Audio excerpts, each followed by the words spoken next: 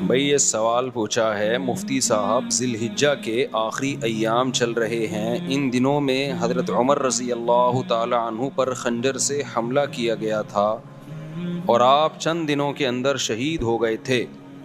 حضرت عمر کی فضیلت پر بیان فرما دیں۔ آپ کے بارے میں یہ بات مشہور ہے کہ آپ حضرت علی کے داماد تھے، کیا یہ بات سچ ہے؟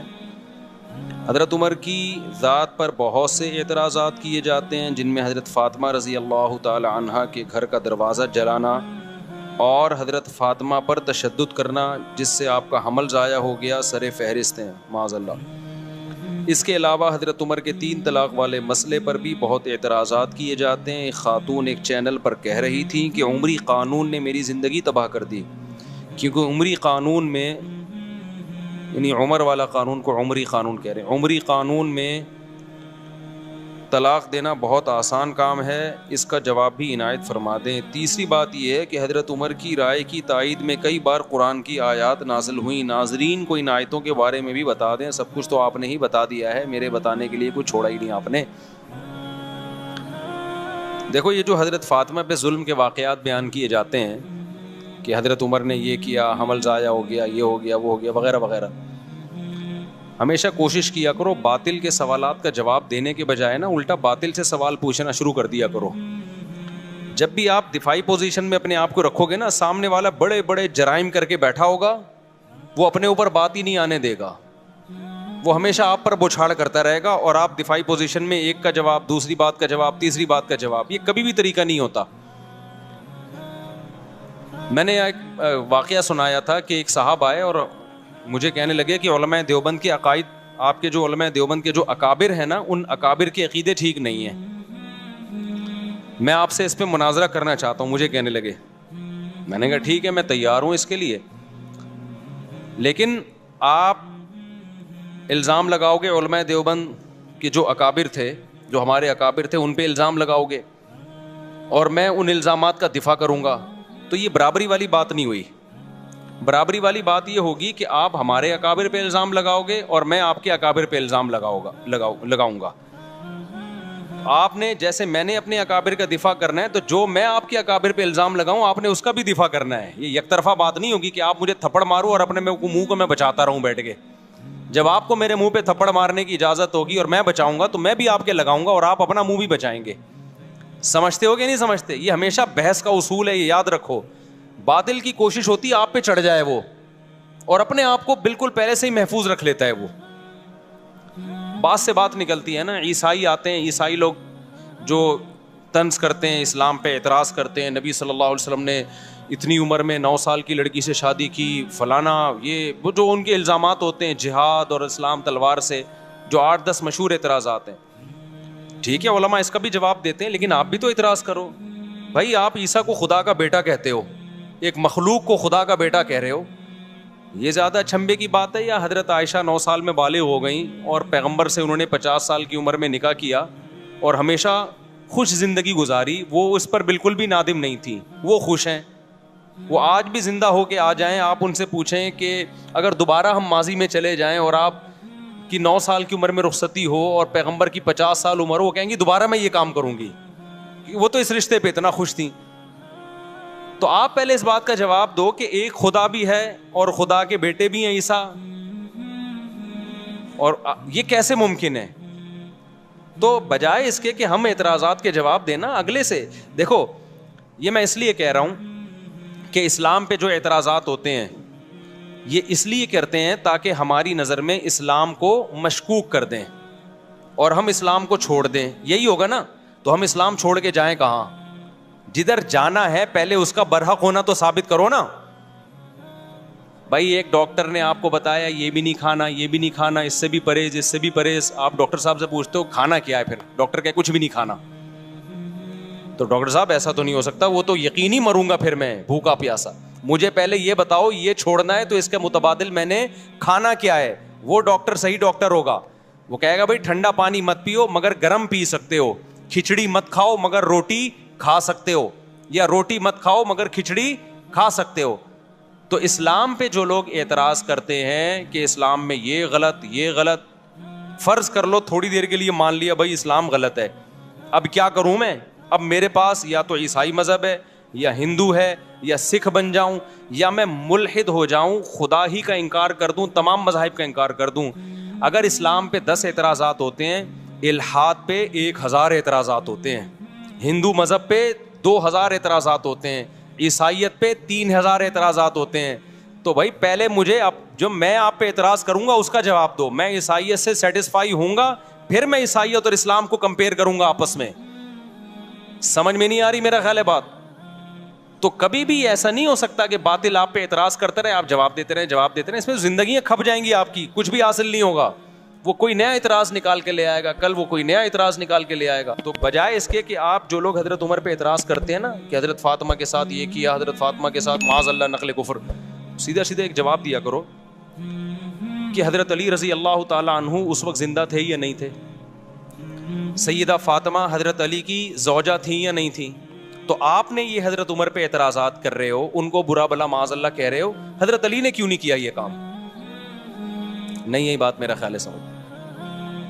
حضرت علی کیوں خاموش تھے کہ ان کی زوجہ کے ساتھ ظلم ہو رہا ہے, معاذ اللہ ان کی زوجہ کو مارا جا رہا ہے جس سے ان کا حمل ضائع ہو رہا ہے, معاذ اللہ. میری بیوی کے ساتھ کوئی ایسا کرے میں خاموش رہوں گا؟ آپ ان کے ہاتھ پہ بیعت بھی ہو رہے ہیں, ان کو خلیفہ بھی مان رہے ہیں, اور حضرت عمر اور حضرت علی کے اتنے اچھے تعلقات کہ حضرت عمر جو کمیٹی بنا رہے ہیں 6 آدمیوں کی کہ میرے بعد کون خلیفہ ہوگا, اس میں سیدنا علی کا نام بھی ڈال رہے ہیں. واہ واہ واہ. حضرت علی کی زوجہ کے ساتھ اور پیغمبر کی صاحبزادی, ان سے بڑا کیا رتبہ ہو سکتا ہے, ان کے ساتھ معاذ اللہ ایک شخص اتنا ظلم کر رہا کہ وراثت کھا, معاذ اللہ نقل کفر, وراثت نہ دے رہا ان کو, ان کا حمل ضائع کر دیا. اور حضرت علی کے اتنے اچھے تعلقات, حضرت علی سے ایک ضعیف روایت نہیں ملتی کہ حضرت عمر پہ انہوں نے طنز کیا ہو یا ان کو ظالم کہا ہو. اتنے اچھے تعلقات کہ عمر حضرت علی کے لیے کو خلیفہ کے لیے نامزد کر رہے ہیں اور ان کی بیٹی کو نکاح کا پیغام بھیج رہے ہیں. یہ شیعہ کتابوں میں بھی مل جائے گا آپ کو کہ حضرت علی نے, حضرت علی کی بیٹی سے کس کا نکاح ہوا ہے؟ حضرت عمر کا. شروع میں حضرت علی نے نکاح کا پیغام مسترد کر دیا تھا, صرف اس بیس پہ کہ آپ کی عمر زیادہ ہے, اس بیس پہ نہیں کہ آپ ظالم ہیں, آپ نے میری زوجہ کے ساتھ معاذ اللہ اچھا سلوک نہیں کیا, عمر کے ایج ڈفرینس کی وجہ سے. لیکن عربوں میں ایج ڈفرینس کو کچھ زیادہ ویلیو نہیں دی جاتی تھی. بعد میں حضرت عمر سے انہوں نے اپنی بیٹی کا نکاح کیا. تو یہ کیا بات ہے, اپنی بیٹی کا نکاح بھی کر رہے ہیں, ان کو داماد بھی بنا رہے ہیں اور ان سے مشورے بھی لے رہے ہیں. حضرت عمر کا کوئی مجلس ایسی نہیں ہوتی تھی اہم جس میں کوئی جدید مسئلہ آیا ہو اور انہوں نے سیدنا علی کو اس میں مشاورت کے لیے شریک نہ کیا ہو. اور حضرت عمر یقینی طور پر حضرت علی کو اپنے بعد نامزد کر دیتے, لیکن حضرت علی کی عمر کی کمی کی وجہ سے, روایات میں ملتا ہے کہ عمر کی کمی کی وجہ سے حضرت علی نے 6 افراد کی کمیٹی بنائی. سمجھتے ہو کہ نہیں سمجھتے؟ تو ہم ان کے آپس میں تعلقات دیکھتے ہیں, کوئی ان میں نفرت نہیں تھی, ایک دوسرے کی تعریفیں, ایک دوسرے سے محبتیں.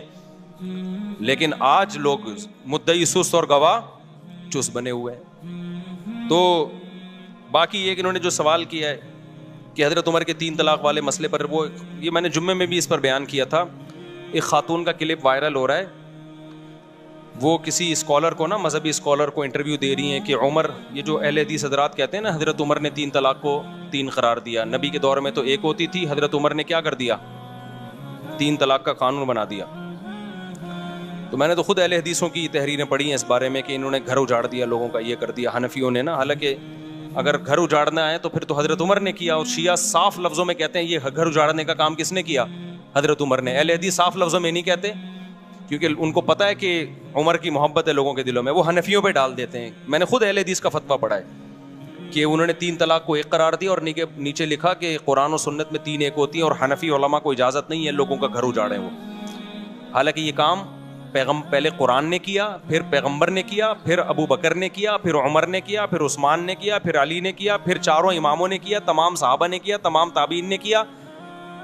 7ویں صدی ہجری میں ابن تیمیہ رحمۃ اللہ علیہ کا ایک تفرد تھا, انہوں نے کہا نہیں 3 1 ہوتی ہے. 700 سال تک امت میں اہل سنت میں آپ کو ایک فتویٰ بھی نظر نہیں آئے گا کہ جس نے 3 طلاق کو 1 کہا ہو.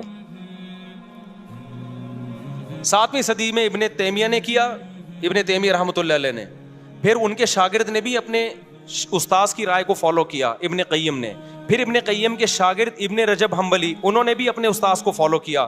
لیکن آخر عمر میں ابن رجب نے رجوع کر لیا اور یہ سخت الفاظ کہے وَعَلَمْ أَنَّهُ لَمْ يَثْبُتْ عن أحد من الصحابة ولا من التابعين ولا من أئمة السلف المعتد بقولهم في الفتاوى في الحلال والحرام شيء صريح أن الطلاق بعد الدخول يحسب واحدة إذا سبق بلفظ واحد.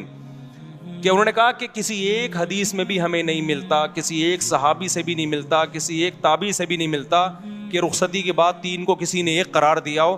صاف لفظوں میں رجوع کیا کہ میرے استاذ ابن قیم اور ان کے استاذ ابن تیمیہ اس مسئلے میں واضح غلطی پر ہیں, اس کی کوئی حیثیت نہیں ہے. رجوع کر لیا انہوں نے. اس کے بعد فقہ حنبلی میں, چونکہ یہ حنبلی تھے, ابن تیمیہ بھی, ابن قیم بھی اور ابن رجب بھی, اس کے بعد فقہ حنبلی میں یہ 3 طلاق کو ایک کہنا ختم ہو گیا. آئی بات سمجھ میں؟ فقہ حنبلی میں بھی اتفاق ہو گیا 3 کتنی ہیں بھائی, 3 ہی ہوتی ہیں, کیونکہ یہ سب حنبلی مذہب کے بڑے بڑے ائمہ تھے. صدیوں یہ مسئلہ اسی طرح چلتا رہا. پوری امت میں 3 طلاقیں 3 ہوتی ہیں, 3 ہوتی ہیں, 3 ہوتی ہیں, یہاں تک کہ پھر شیخ بن باز جو سعودی عرب کے مفتی اعظم ہیں, جن کا تقریباً 15-20 سال پہلے انتقال ہوا, انہوں نے پھر ایک نئی رائے قائم کی کہ 3 کتنی ہوتی ہیں, 1 ہوتی. جب انہوں نے رائے قائم کی, ان کے استاذوں نے ان کی مخالفت کی. بن باز سے طلاق کے معاملے میں فتویٰ لینا جائز نہیں ہے. میرے پاس میں نے نیٹ سے پوری عبارتیں نکالی تھیں.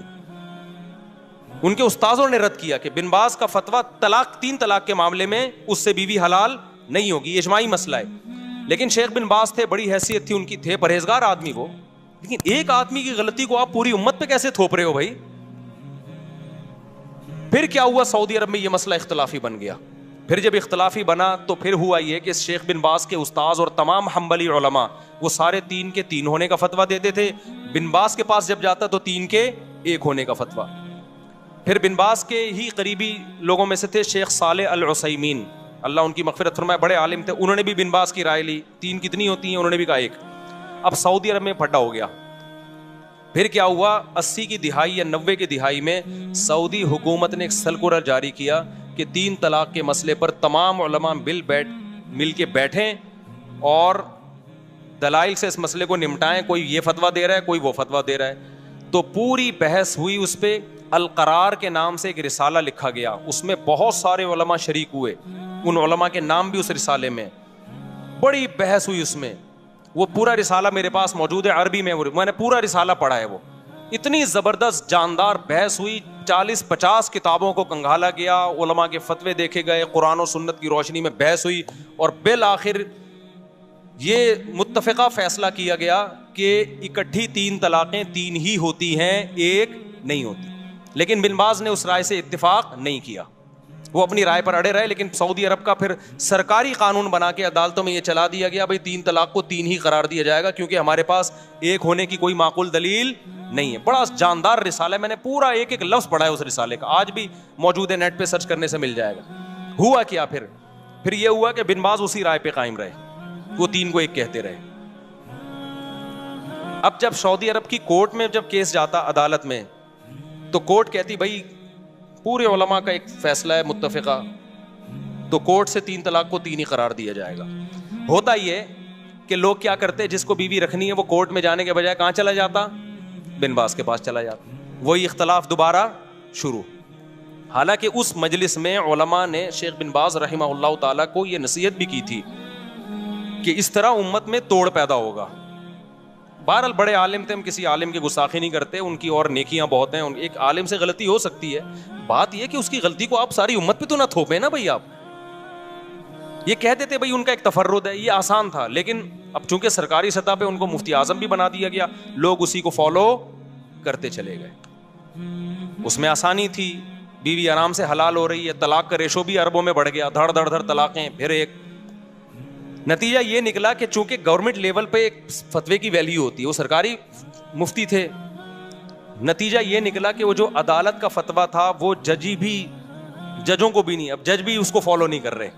پھر اب جو جو محمد بن سلمان آئے, ان کے دور میں تو میرا خیال ہے کورٹ کو آرڈر دے دیا کہ 3 کو 1 ہی قرار دو. تو یہ اسلام نہیں ہے میرے بھائی, سمجھ رہے ہو, یہ ذاتی آراء ہیں بعض مفتیوں کی. اسلام وہ ہے جو قرآن نے بیان کیا, الطلاق مرتان, طلاق 2 مرتبہ ہیں. اس میں قرآن نے نہیں کہا کہ اکٹھی دو یا ایک مہینے کے بعد دو.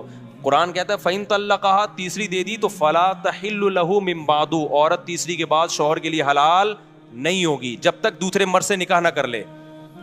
تو یہ عمری قانون نہیں ہے, یہ قرآن کا قانون ہے. بخاری کی حدیث ہے, نبی صلی اللہ علیہ وسلم کی موجودگی میں عویمر اجلانی نے اپنی بیوی کو 3 طلاقیں دی. آپ صلی اللہ علیہ وسلم نے اس کو 3 ہی سمجھا, اس سے نکاح کو ختم سمجھا نبی صلی اللہ علیہ وسلم نے. بخاری کی حدیث ہے. اتنی ساری حدیثیں, میرا اس پر پورا ایک لیکچر موجود ہے, تو یہ کہیں بھی نہیں ہے. تو اس کو یہ کہنا عمری قانون, عمری قانون, یہ شیعہ لوگ یہ جسارت کر سکتے ہیں بھائی. اہل سنت اس کو عمری قانون نہیں کہتے. عمر وہ قانون نہیں بنائیں گے جو پیغمبر کے قانون کے خلاف ہو. سمجھتے ہو کہ نہیں سمجھتے؟ یہاں اب وہ خاتون نے یہ کہا میرا گھر اجڑ گیا 3 طلاق کے بعد, میں مجبور ہو گئی ہوں حلالہ کرنے پر. وہ رو رہی ہیں, میں مجبور ہو گئی کس پر؟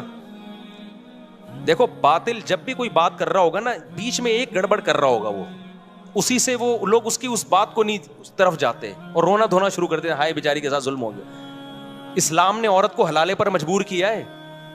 قرآن نے جب یہ کہا 3 طلاقیں دینے کے بعد عورت پہلے شوہر سے نکاح نہیں کر سکتی جب تک عدت کے بعد دوسرے مرد سے نکاح نہ کر لے, اس سے ہم بستری نہ ہو جائے اور وہ طلاق نہ دے دے, پھر عدت کے بعد پہلے سے کر سکتی ہے.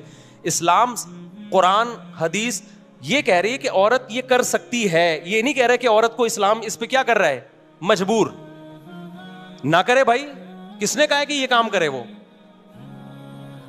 یعنی ایسا ہوتا ہے نا, مرد نے 3 طلاقیں دی ہوتی, پھر ہم جا کے عورت کی کنپٹی پہ بندوق رکھتے ہیں, اب تو دوسرے مرد سے نکاح کر, نہیں کرے گی گولی سے اڑا دیں گے ہم, تو یہ دائرہ اسلام سے خارج ہو جائے گی. تو اب تو اس کے ساتھ ریلیشن بھی, فزیکل ریلیشن بھی قائم کر, نہیں کیا ٹھا گولی سے اڑا دیں گے ہم تجھے. اب تو وہاں سے طلاق لے, نہیں طلاق لی ٹھا گولی سے اڑا دیں گے ہم تجھے. اب طلاق لینے کے بعد دوبارہ پہلے مرد سے تجھے نکاح کرنا پڑے گا, نہیں کیا ٹھا ہم گولی سے اڑا دیں گے. پھر عورت روتی بھی اچھی لگتی, ہائے ہائے میرے ساتھ کیا ہو رہا ہے, مجھے مردوں کے سے جو ہے نا ریلیشن قائم کروایا جا رہا ہے. بھائی اسلام نے کہا کہ اس مرد سے آپ کا نکاح اب ختم, اب آپ انجوائے کریں لائف کو, عدت کے بعد کسی اور مرد سے نکاح کریں. آپ آئی بات سمجھ میں؟ آپ اس مرد کے ساتھ زندگی گزاریں. اگر آپ کو عمر سمجھ میں نہیں آ رہا, آپ کے پاس آپشن ہے, آپ اس سے طلاق مانگ سکتی ہیں. تو یہ بے عزتی کر رہا ہے اسلام یا عزت دے رہا ہے اس کو؟ آپشن ہے آپ کے پاس, ڈیورس مانگنے میں کوئی حرج نہیں ہے. صحابیہ کے ساتھ ایسا ہی ہوا, 3 طلاقیں ہوئی, دوسرے مرد سے انہوں نے نکاح کیا, ان کو وہ مرد سمجھ میں نہیں آیا, نبی کے پاس آئی, میں ان سے طلاق لینا چاہتی ہوں. اس میں کون سی بے عزتی کی بات ہے بھائی؟ پھر اگر وہ طلاق دے دے ٹھیک ہے, نہیں دے تو گزارا کرو اس کے ساتھ, دے دے تو عدت گزر گئی آپ کی, آپ جہاں چاہیں نکاح کریں, اس میں کوئی بے عزتی کی بات ہے؟ تو پرانے والے سے کرنا چاہیں وہاں بھی کر سکتی ہیں, اس میں کوئی بے عزتی کی بات ہے؟ کسی اور مرد سے نکاح کرنا جب بے عزتی نہیں ہے, تو پرانے والا جو اپنے بچوں کا باپ ہے اس سے نکاح کرنا کہاں سے بے عزتی ہو گیا؟ اصل میں اس میں تڑپے گا وہ جس کی بیوی ہے. عذاب میں کون آئے گا؟ مرد. بے عزتی مرد کی ہو رہی ہے, ٹھیک ہے نا, جس نے غصے میں طلاقیں نکال دی اور اب رو رہا ہے. اب اسلام کہہ رہا ہے نا نا نا نا نا, تیری یہ محبوبہ جس کو تو نے غصے میں چھوڑا ہے, اب یہ کسی اور کے نکاح میں جائے گی, اور تو تیرے لیے وہ رات کیا ہوگی, ایسے جیسے آگ کے انگاروں پہ لیٹا ہوا ہے تو, اور آئندہ یہ لفظ زبان سے نکالنے سے پہلے تو 100 دفعہ سوچے گا. عذاب میں تو وہ آئے گا بندہ. دوسری بات یہ, خواتین یہاں یہ کہتی ہیں کہ جب عورت کو طلاق ہو گئی, ٹھیک ہے جی وہ مجبور نہیں ہے کہ حلالہ کرے, وہ مجبور نہیں ہے, لیکن وہ بیچاری جائے گی کہاں؟ اس کا گھر تو اجڑ گیا نا, تو اس لحاظ سے تو وہ مجبور ہی اپنا گھر بسانے کے لیے اس کو یہ پروسیس سے گزرنا پڑے گا. اس کا جواب سمجھیں, وہ اس کا جو گھر اجڑا ہے نا, اور نیا گھر بسنا ممکن نہیں ہے یا مشکل ہے, وہ اسلام کی وجہ سے نہیں, وہ اسلام کو فالو نہ کرنے کی وجہ سے. یہ بار بار میں بتاتا ہوں, کیونکہ صحابہ کے دور میں مرد نے اگر 3 طلاقیں دی اور عورت کا نکاح ختم, تو 20 رشتے اس کے لیے پہلے سے اچھے مردوں کے ہوتے تھے, کیونکہ ایک ایک آدمی 2 3 بیویاں رکھتا تھا. لڑکیاں مارکیٹ سے کیا تھیں, شارٹ تھیں. لوگ انتظار کرتے تھے کسی کی بیوی بیوہ ہو یا طلاق ہو تو میں نکاح کروں اس سے. تو عورت کا گھر اجڑتا ہی نہیں تھا. اب جو گھر اجڑ رہا ہے وہ اسلام کی وجہ سے نہیں, بلکہ ایک بیوی پر جو اکتفا سب نے کر لیا ہے اور خواتین کے لیے رشتے نہیں ہیں, اس کی وجہ سے ان کے لیے مسائل ہو گئے ہیں.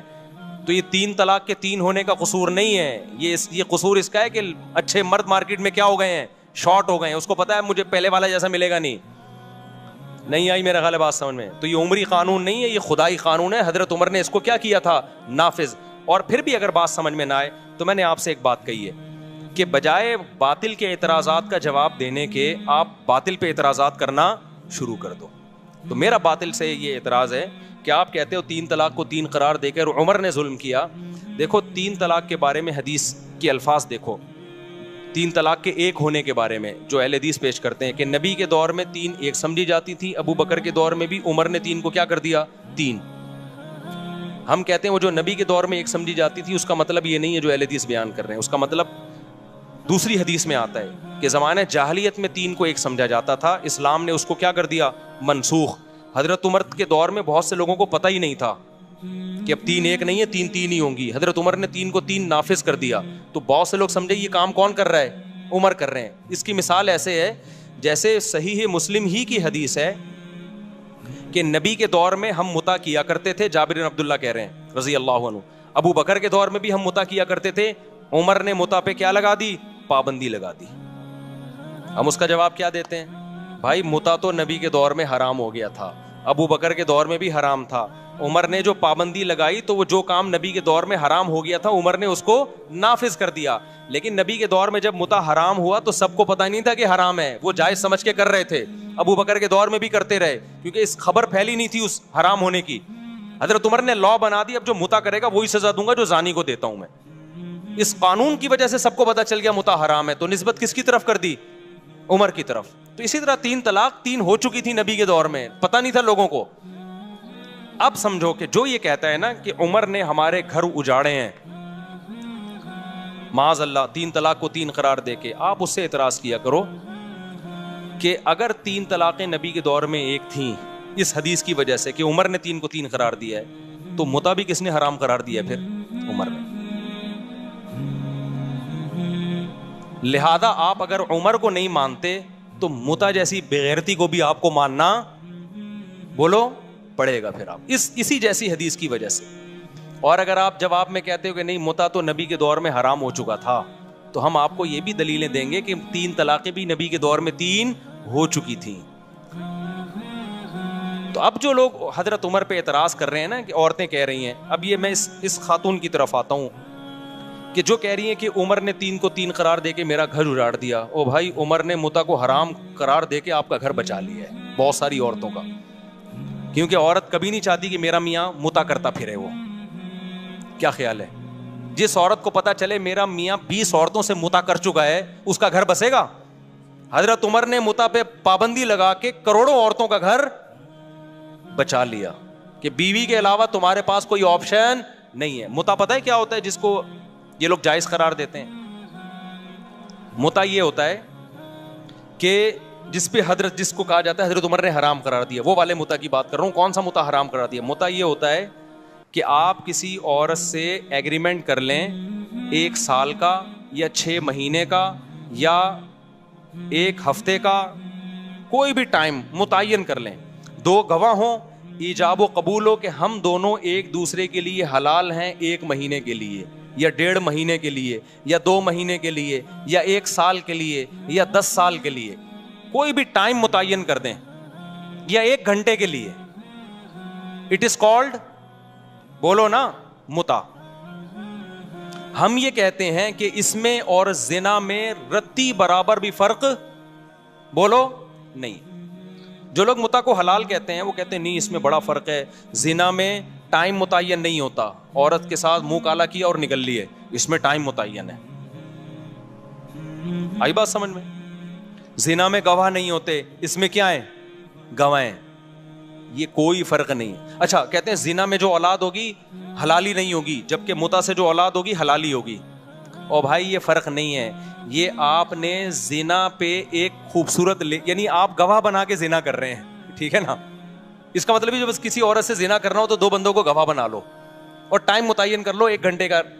زنا میں بھی آج کل جو زنا ہو رہا ہے نا مارکیٹ میں, اس میں بھی طوائفیں کرائے پہ ایک ٹائم کے لیے ملتی ہیں, ٹائم ہوتا ہے ان کا. وہ پرانے زمانے میں زنا ہوتا تھا, گئے اور منہ کالا کر کے بھاگ گئے, کوئی دیکھ تو نہیں رہا. ابھی جو ہوٹلوں میں لوگ بتاتے ہیں نا جو برائیاں کرتے ہیں کہ باقاعدہ ٹائم ہوتا ہے طوائف کا کہ اتنے ٹائم تک آپ کے ساتھ رہے گی وہ, تو ٹائم بھی ہو گیا.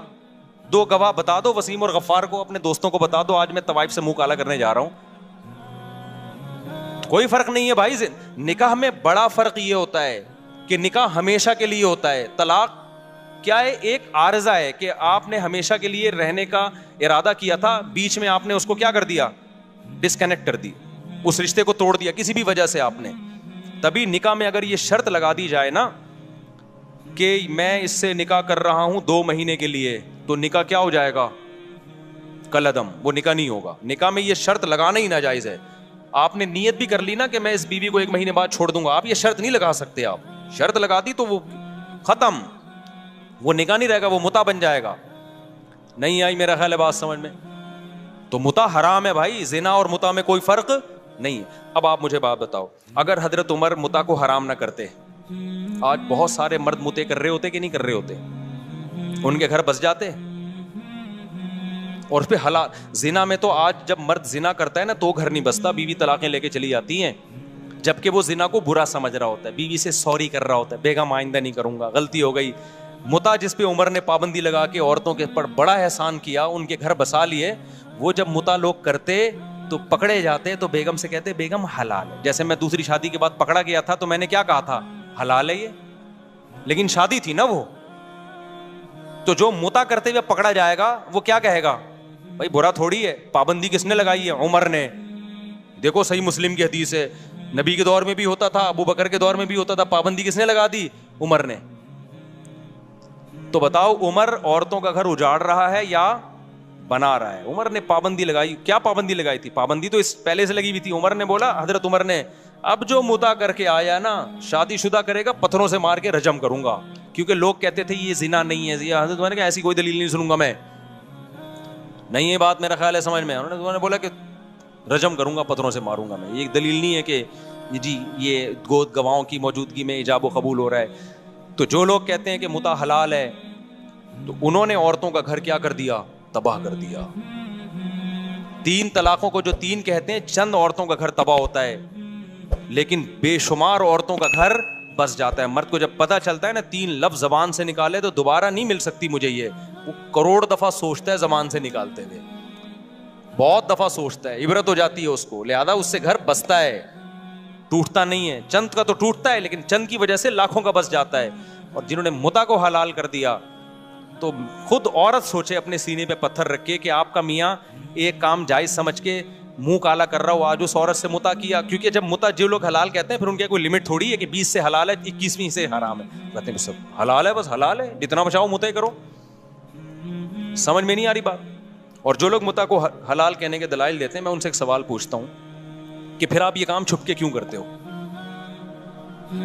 اس کا مطلب آپ کا ضمیر اندر سے کہہ رہا ہوتا ہے کہ یہ اچھا کام, بولو. نکاح چھپ کے کیا جاتا ہے, کھلے عام. کچھ لوگ چھپ کے دوسری شادی اس لیے کر رہے ہوتے ہیں کہ پٹنے کا خوف ہوتا ہے. وہ چھپن ایک الگ چیز ہوتی ہے کہ پٹیں گے سسرال سے, سسرال نہ ہوتا تو وہ بھی بتا کے کر رہے ہوتے, لیکن شرمندگی کی وجہ سے نہیں چھپ رہے ہوتے, سائڈ افیکٹ کی وجہ سے چھپ رہے ہوتے ہیں, اور چند دن چھپتے ہیں اس کے بعد بتا دیتے ہیں وہ بھی. لیکن متع کبھی بھی کوئی اوپنلی نہیں کرتا کہ حضرات ایک اعلان سماعت فرمائیے, جمعے کو میرا متع ہے, آپ لوگ تشریف لائیے گا, میں متع کر رہا ہوں اس سے. اور خاتون کہہ رہی ہوں کہ میں بھی متع کر رہی ہوں اس سے. بہت ہی کوئی غیرت لیس ہوگا تو یہ کام کرے گا. نکاح میں لوگ اپنی بیٹیوں کے لیے رشتے تلاش کر رہے ہوتے ہیں, مولوی صاحب سے دعائیں منگوا رہے ہوتے ہیں, مولوی صاحب میری بچی جوان ہو گئی ہے, کوئی اچھا ڈھنگ کا داماد مل جائے, نکاح کرنا چاہتا ہوں. چھپ کے نہیں کرتے, کھلے عام بتاتے ہیں. متع میں کوئی بتائے گا میری بیٹی متع کرنا چاہتی ہے, کوئی اچھا متع کرنے والا ہو. تو اگر عمر نہ ہوتے, حضرت عمر نے نا گورنمنٹ لا بنا کے پابندی لگائی, عمر نہ ہوتے تو متع کے بارے میں مسلمان کنفیوژن میں ہوتے, لوگ بہت سارے اس کو حلال سمجھنا شروع کرے. عمر نے غیرت والا کام کیا, انہوں نے بولا اب جو متع کر کے آئے گا ایسی کی تیسی کر دوں گا میں اسے. تو یہ عمر کا ہم پر کیا ہے احسان ہے کہ ہمارے گھروں کو بچایا عمر نے. ایک زنا پہ ہمیں حلال کا لیبل لگانے سے عمر نے بچا لیا. سمجھتا ہے نہیں سمجھتا. باقی جو غصے میں 3 طلاقیں دے کے ان کے گھر اجڑتے ہیں, بھائی غصے میں کنٹرول کرو اپنے آپ. بلکہ عمر نے ہم پر احسان کیا کہ ہمیں غصے میں اپنی زبان پہ کنٹرول کرنا سکھا دیا, ورنہ دڑا دڑ دیتے رہتے, طلاق کو کھیل بناتے رہتے. آج بہت سے لوگ ہیں جب بات آتی ہے بیگم کو طلاق نکالتے ہیں, طلاق نکالتے ہیں. عورت کو اس سے تکلیف ہوتی ہے, ہم سب کچھ کر لیتے ہیں بھائی, طلاق نکالتے ہیں, ہم خود کانپنے لگتے ہیں, بھائی یہ تو تیر ہے, کمان سے نکل گیا تو واپس نہیں آئے گا. کتنے کیسز لوگوں کے میرے پاس آتے ہیں. ہمارے محلے میں ایک صاحب تھے, لڑتے تھے نا بیوی سے, روزانہ لڑائی.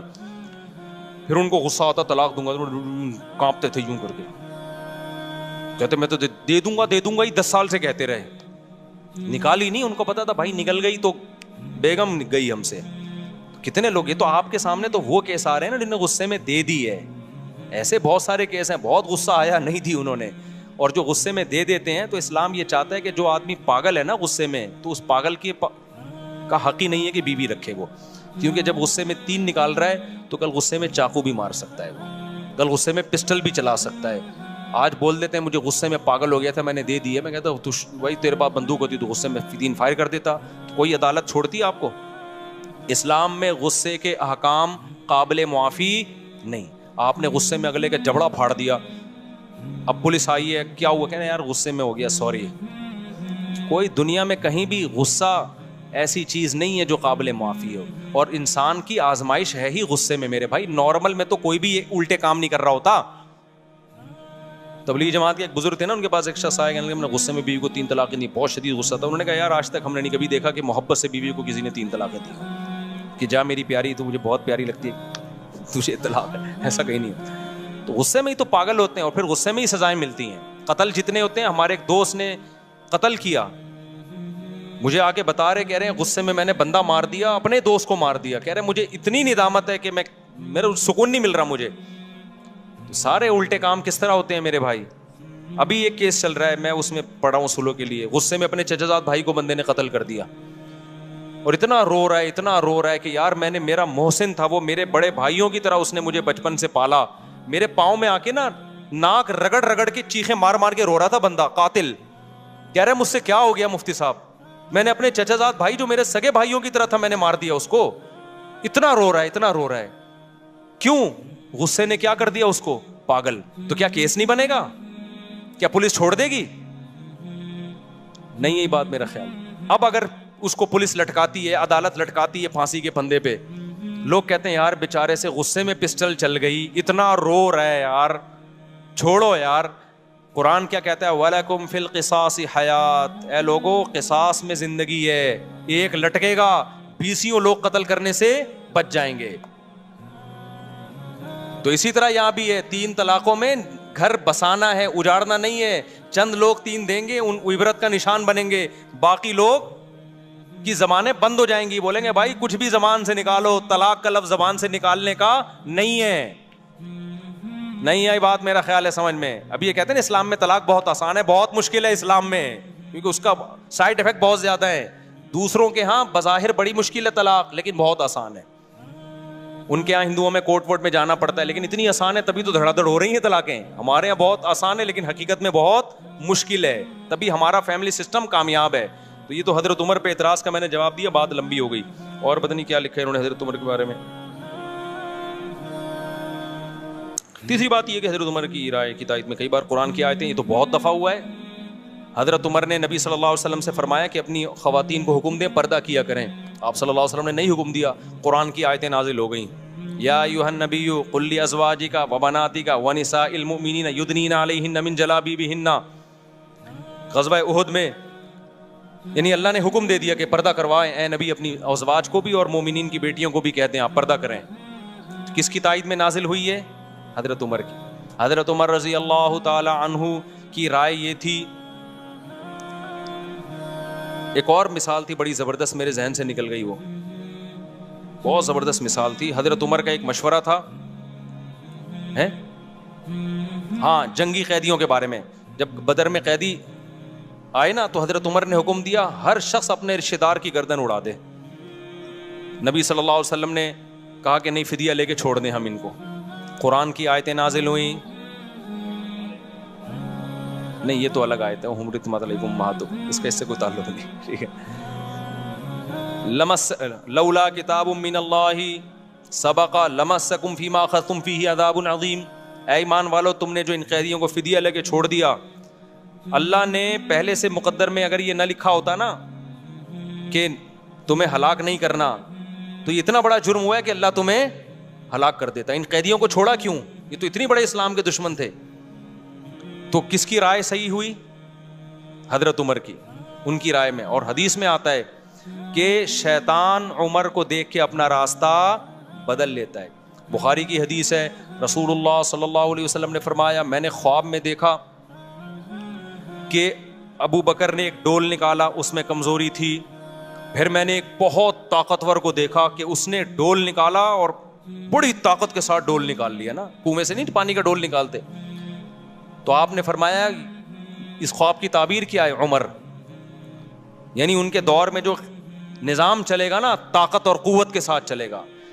غیر مسلم اس بات کا اعتراف کرتے ہیں کہ اسلامی تاریخ میں عمر جیسا دور نہیں آیا. ایسا خاندانی دور تھا نا حضرت عمر کا, کوئی اختلاف نہیں. اور کتنے آپ نے, اچھا جرمنی میں نا ابھی بھی عمر لا کے نام سے, عمر لا کے نام سے وہاں کی یونیورسٹی میں پڑھایا جاتا ہے, اس کو کہتے ہی عمر لا ہیں. میں پہلے اس بات کو یقین نہیں کرتا تھا, میں گیا تو پتا چلا ایسا ہے حقیقت میں. یہ جو انسانی فلاح و بہبود کے قوانین انہوں نے وضع کیے نا بہت سے یورپین کنٹریز نے, یہ حضرت عمر سے لیے انہوں نے. اس کا نام بھی اب تک انہوں نے عمر لا رکھا ہوا ہے. نہیں آئی میرا خیال بات سمجھ میں؟ تو غیر آپ کے خلیفہ عادل کے عادل ہونے اور اس کی فضیلت کی گواہی دے رہا ہے, اور یہاں بعض لوگ جو اپنے آپ کو اسلام کی طرف منسوب کرتے ہیں وہ عمر کو برا بلا کہہ رہے ہیں, معاذ اللہ. حضرت عمر کو اسلامی تاریخ سے نکال دو تو کیا بچے گا بھائی آپ کے پاس؟ ایک ہی تو دور تھا جس میں اسلامی سلطنت 22 لاکھ مربع میل پہ پھیلی ہے اور کسی میں مجال نہیں تھی کہ کوئی سر اٹھا کے بات کر سکے.